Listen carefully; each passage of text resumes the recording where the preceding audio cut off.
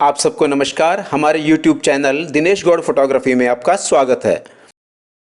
Trekking और travel की ढेरों जानकारियां हम आपसे साझा करते हैं। चैनल को सब्सक्राइब करें, लाइक करें और दूसरों से शेयर भी ज़रूर करें।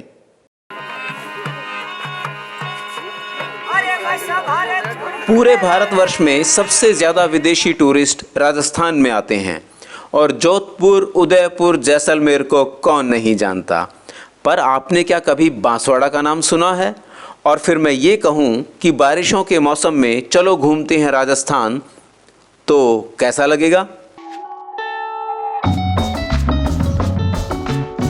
बांसवाड़ा दक्षिण राजस्थान का एक आदिवासी बहुल जिला है जो अभी तक भी भीड़-भाड़ से बचा हुआ है। और यदि आप नेचुरल ब्यूटी और इतिहास में रुचि रखते हैं तो बस आ जाइए बांसवाड़ा। बांसवाड़ा जिले में एक छोटा सा कस्बा है अर्थुना। 1000 साल पहले यही अर्थुना एक शानदार शहर हुआ करता था जो परमार राजाओं की राजधानी था और उन्होंने अपने समय में यहाँ काफ़ी सारे शिव और जैन मंदिर बनवाए। अब बात करते हैं यहाँ पहुँचा कैसे जाए। अर्थुना से उदयपुर की दूरी है 155 किलोमीटर और बांसवाड़ा से अर्थुना की दूरी है 44 किलोमीटर। सबसे नज़दीकी एयरपोर्ट भी उदयपुर ही है। रतलाम रेलवे स्टेशन से अर्थुना की दूरी है 125 किलोमीटर। रतलाम दिल्ली मुंबई की मुख्य रेल लाइन पर होने की वजह से यहाँ ट्रेन्स के काफ़ी ऑप्शंस हैं। रतलाम से यहाँ बस या टैक्सी से आया जा सकता है।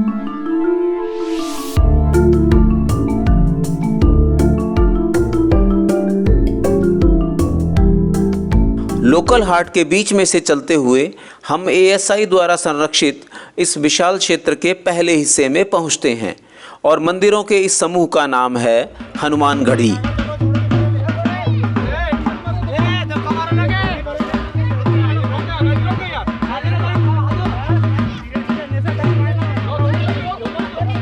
स्थानीय लोगों के बीच लोकप्रिय हनुमान गढ़ी में कोई न कोई पूजा पाठ या अनुष्ठान चलता रहता है।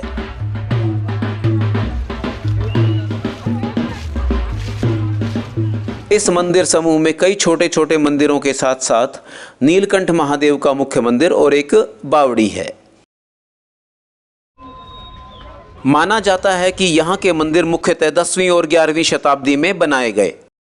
यहाँ मिले एक पुराने शिलालेख से पता चलता है कि परमार राजकुमार चामुंडा राजा ने अपने पिता की याद में एक शिव मंदिर यहाँ बनवाया था। एक दूसरे अभिलेख में अनंतपाल का जिक्र आता है जिन्होंने यहाँ एक मंदिर का निर्माण कराया था। हम लोग हनुमान गढ़ी में श्रद्धालुओं की भीड़ से निकलकर पीछे की तरफ चल पड़े। यहाँ विशाल हिस्से में जहाँ तहाँ मंदिरों के अवशेष खेतों के बीच बिखरे पड़े हैं। ये एरिया लगभग 1 से 1.5 स्क्वायर किलोमीटर का होगा। बरसात के इस मौसम में बीच बीच में बादलों से बाहर निकलकर सूर्यदेव धरती के रंगों को ही बदल देते हैं। हिस्ट्री के स्टूडेंट्स और इतिहास में रुचि रखने वाले यहाँ पूरा दिन घूमते हुए बिता सकते हैं। बस अपने साथ पानी की बोतल व कुछ स्नैक्स लाना ना भूलें। 1190 ईस्वी में भूषण ने यहाँ एक जैन मंदिर भी बनवाया था। कुछ और जैन मंदिरों के स्तंभ भी यहाँ मिलते हैं जो शायद 11वीं शताब्दी के बाद के हैं। एक एक करके कई मंदिरों की सीढ़ियाँ हमने चढ़ डाली। यहाँ आकर आप कुछ शताब्दी पीछे पहुँचने का अनुभव करेंगे। इंटरनेट पर अर्थुना के इतिहास की कोई व्यापक जानकारी नहीं मिलती है और ASI की साइट तो वैसे ही राम भरोसे है। इतिहास का खजाना पत्थरों के रूप में यहाँ दूर दूर तक बिखरा पड़ा है, पर यहाँ पर्यटकों की संख्या बेहद कम है। चारों तरफ ग्रामीण जीवन अपने दिन प्रतिदिन के कामों में लगा हुआ है और इतने बड़े इलाके में बिखरे होने की वजह से इन स्मारकों की सुरक्षा अपने आप में एक मुश्किल काम है।